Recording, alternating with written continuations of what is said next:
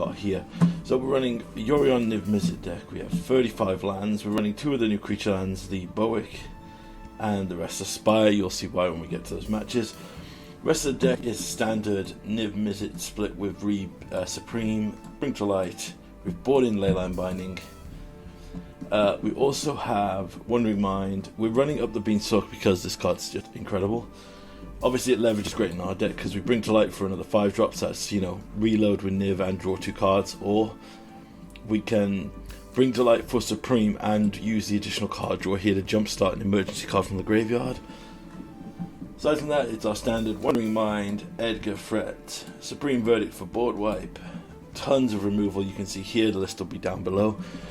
We have Slaughter Games main board for control decks / combo decks. Sideboard, we have Assemble the Legion as a grindy finisher for late game. Kaito for advantage engine, certain matchups. Clarion, additional board wipe. Deafening Silence, this came in after the first game you'll see where we go against Lotus combo.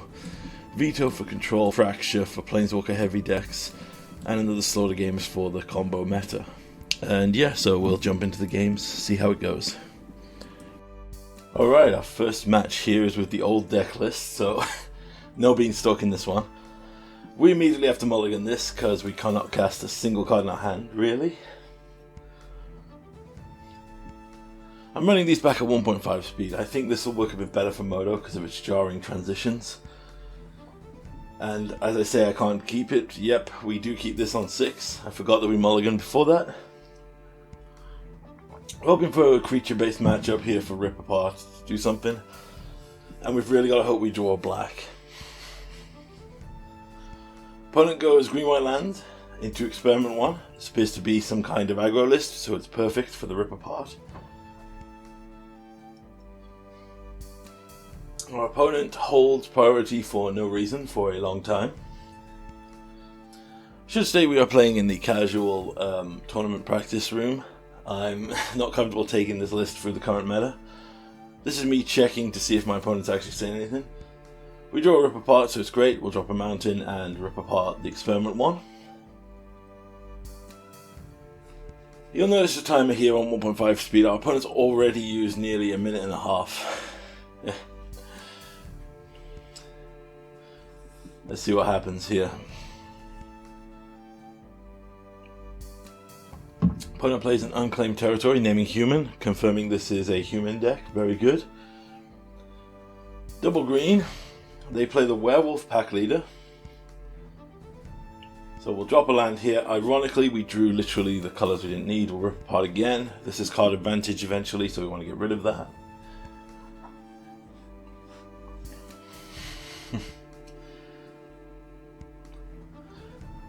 Our opponent is grinding my gears here, taking forever.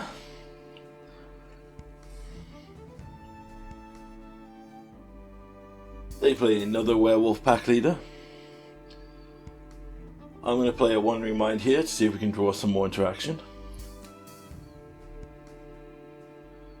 We hit Supreme Verdict, Bring to Light, and Thought Erasure. We'll take the Verdict because all we need is one more land and we can board wipe, which is great against a creature-based deck.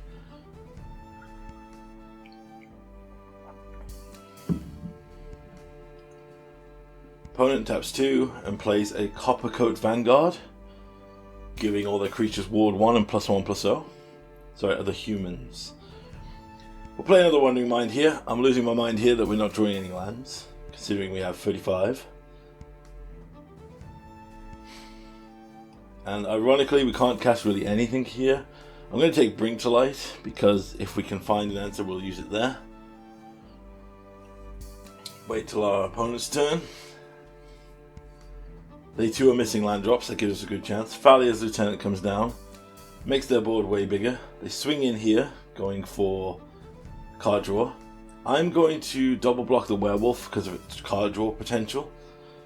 We are going to board wipe if we can hit our lands, so it'll work better there. We find another land, we'll play a tap land. We can't cast anything, so we'll just pass.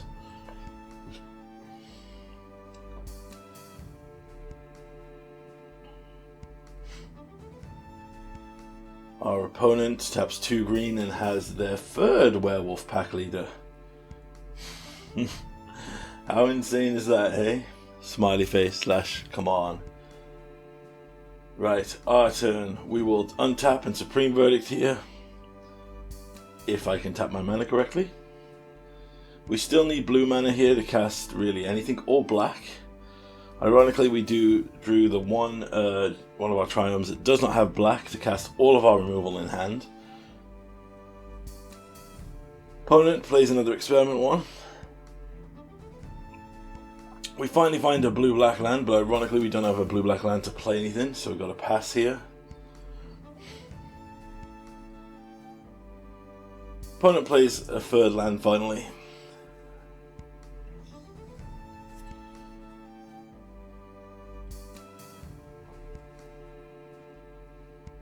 Stands around for 16 minutes and thinks about all their life.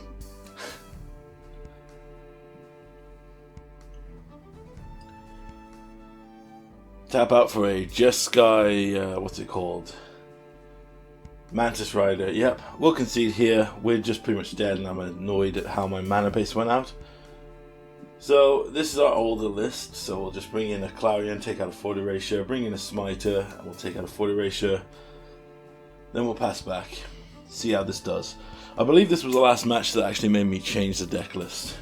As you can see from the land base here, we were running all of the Respites because I was trying them all out. And as you know from the deck, I kept in the red white one and the blue red one. Now, some people are going to say that was a mistake. I've got to reassess it again anyway because we got the complete cycle coming in the next Ixalan set, so we'll have to have a look at when they're all spoiled. But our opponent seems to be taking forever to consider how they're going to side. I don't know. I kept this one match in because I wanted to show the progress of what we went from to what we came to.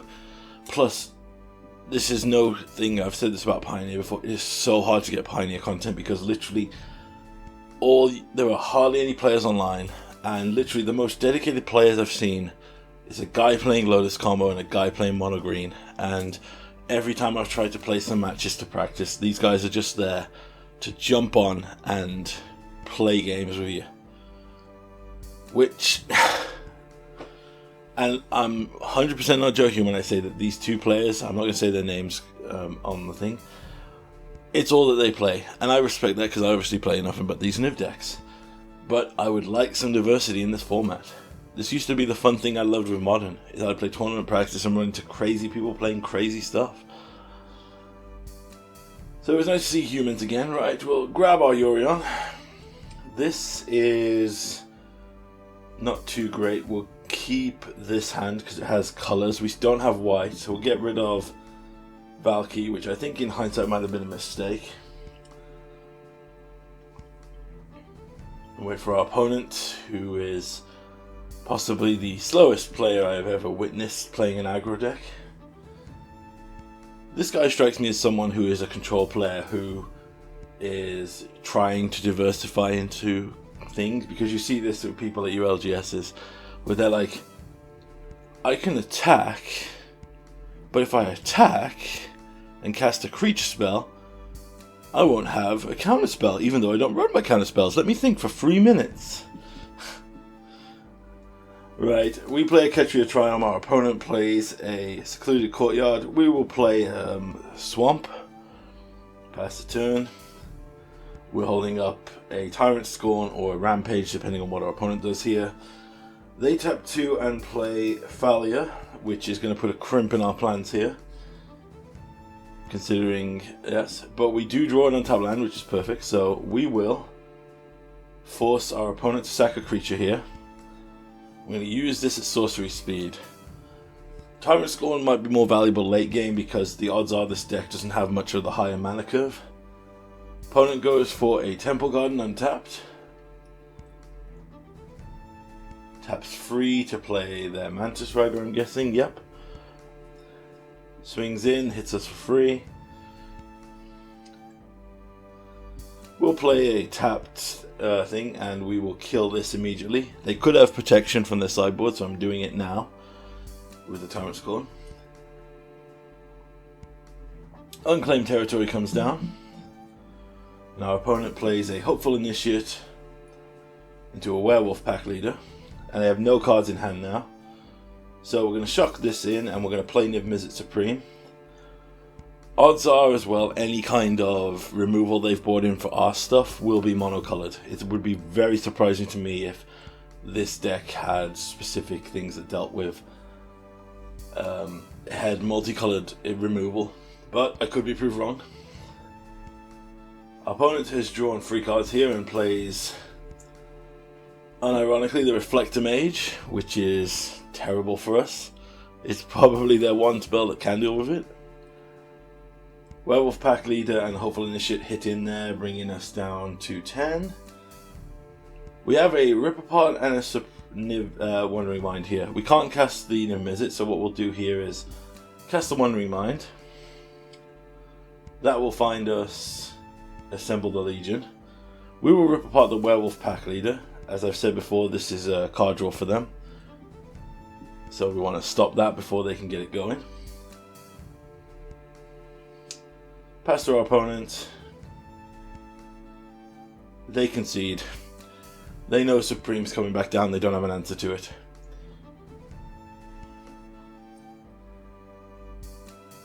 Pass back, go for the game free here.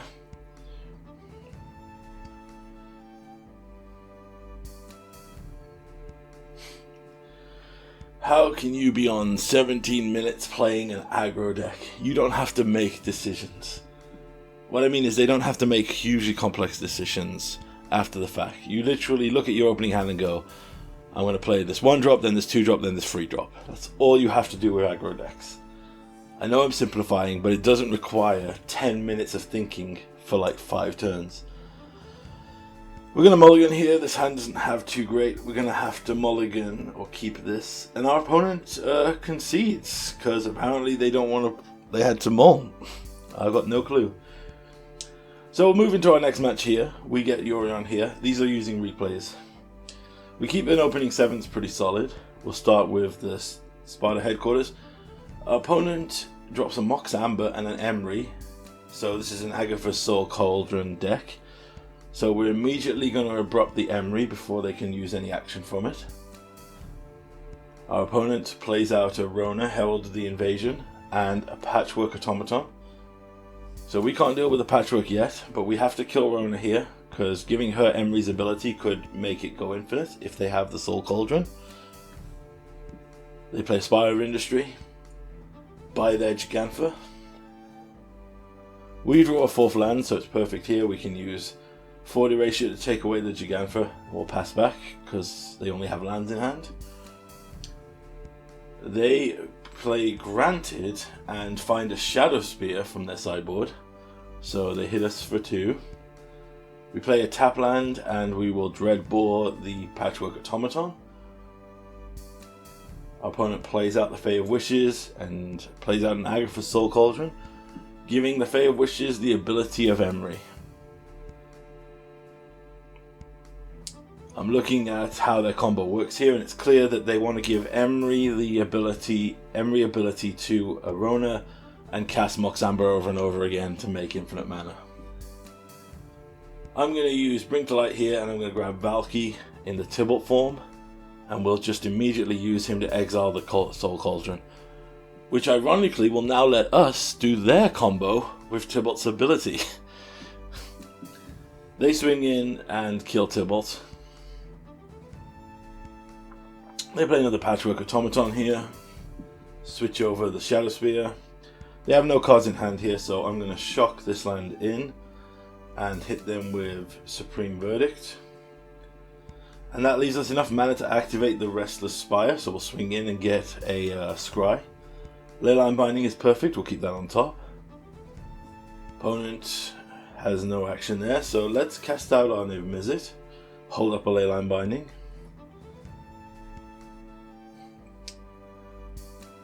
Our opponent concedes, so we'll move into the Show You Here match 2 from the replay. We brought in tons more enchantment and artifact removal, basically. We brought in our Fractures, and we'll leave things from here. Opponent goes to Spire of Industry. We'll start with a Restless Spire.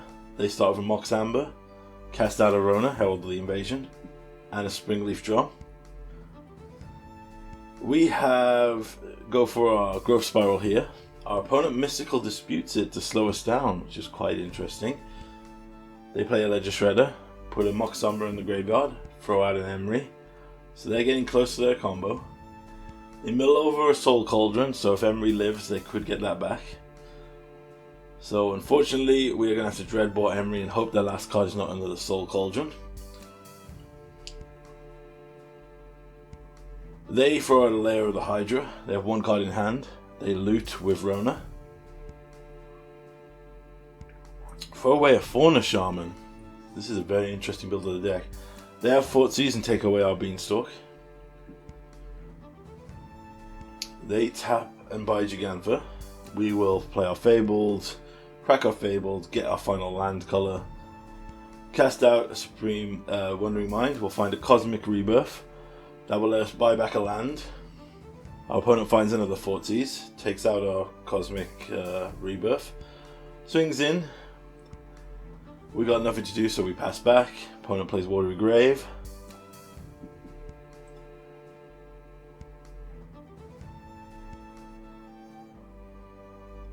They tap 4 here, 5 to play their Gigantha. They swing in, we find a land, so we're going to use our Bring to Light here for 4.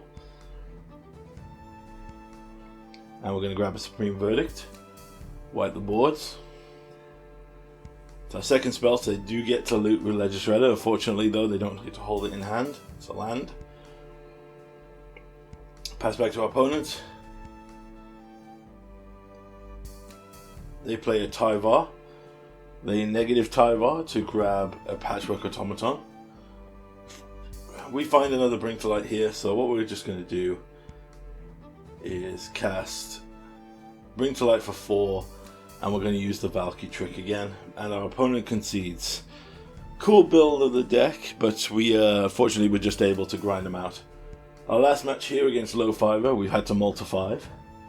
But we do have the Beanstalk, so if we can get that rolling, it'll be pretty good. Blue-black land to begin with. Let's roll up and get a Beanstalk out if we can. We do, and we draw another Overgrown Tomb.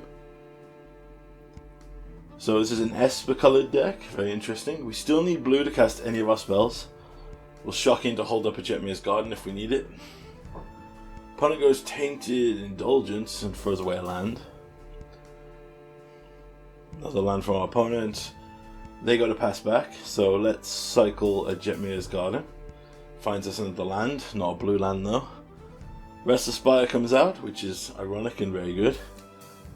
Faithful Mending, they throw away a bunch of cards here. I'm pretty sure at this point in my game when I was playing that this was some kind of reanimated deck. We find another land here and we untap it. We will throw out our Wandering Mind. That resolves, so we'll grab a Bring to Light here. Our opponent plays another Tainted Intelligence. Passes back to them. They tap 2 for Charter Course and they throw away up our Helion. So instantly I know from that this is the Rat Pilot deck, but this is the Esper version. So the real strength now I can do is Bring to Light for the Slaughter games and name the pilot and remove their combo from their deck. So we go to cast Slaughter games. Our opponent at this point realizes they can't win from here and just concedes to prevent us from seeing their full library. Game 2, we just bring in a little bit of hate and we just leave things here. And here's the hero of this match, the Restless Bivouac. You'll see why as it goes on. So our opponent drops a Black Sea Store and then a Sunchrome, casts out a Foretelled card. Turns out this deck can sideboard very heavily into a Control Shell to protect itself. So they play a Narset here.